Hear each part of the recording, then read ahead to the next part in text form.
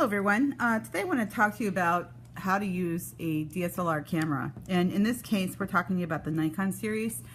Some of you, if you flip your camera over and I ask you, well, what model camera do you have? Well, first of all, this is a Nikon, and you'll know if it's a D40, D3100, D3200, or I think we even have some D3300s at this point.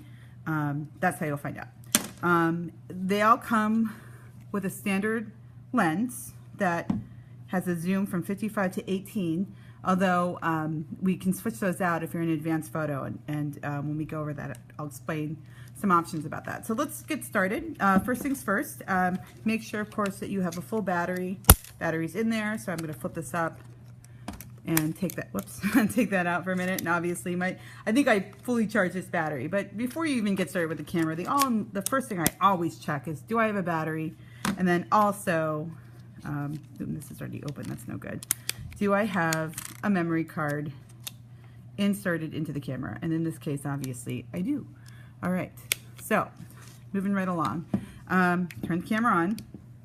Now, when this menu shows up, you'll notice that if I wait long enough, eventually it will go away. And there are ways to change the settings so that the menu would stay open and available to see.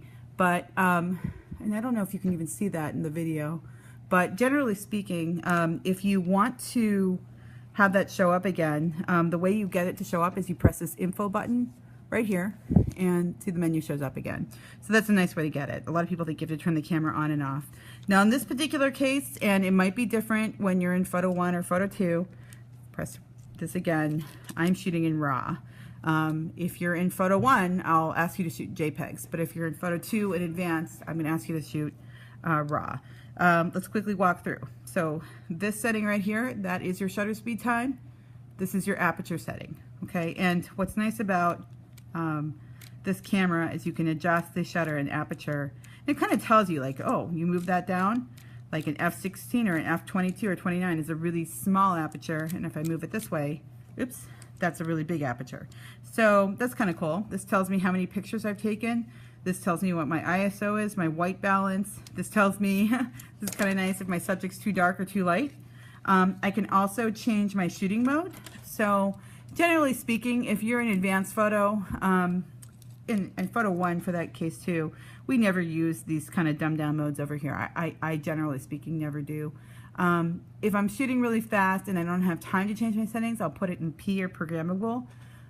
What that means is that if you have it set to P or programmable, it means that, here, I'll show you. So if I set it to P or programmable, it goes ahead and it chooses the best time, and then you can actually change the control dial here and move that back and forth, and you can adjust it based on the times and the settings it has. So that's actually pretty useful because you still have full manipulation, and you'll see if I put my hand over, that time's going to change dramatically, and obviously my hand's completely over.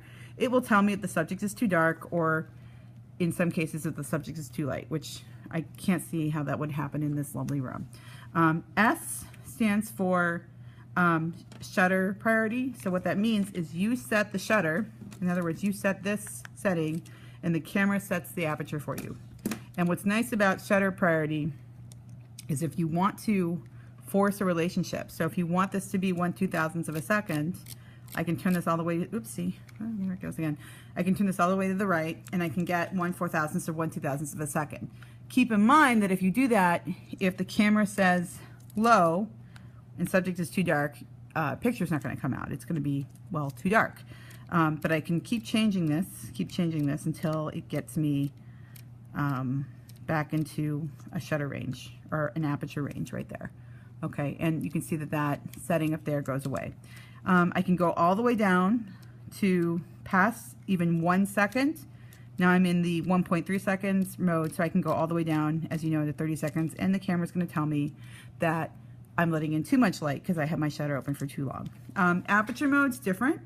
If you set it to A, in aperture mode, you are manually changing your aperture, and then your shutter will be changing in accordance to, I keep switching on me, in accordance to what your aperture is. So that's pretty much how that works. Oops.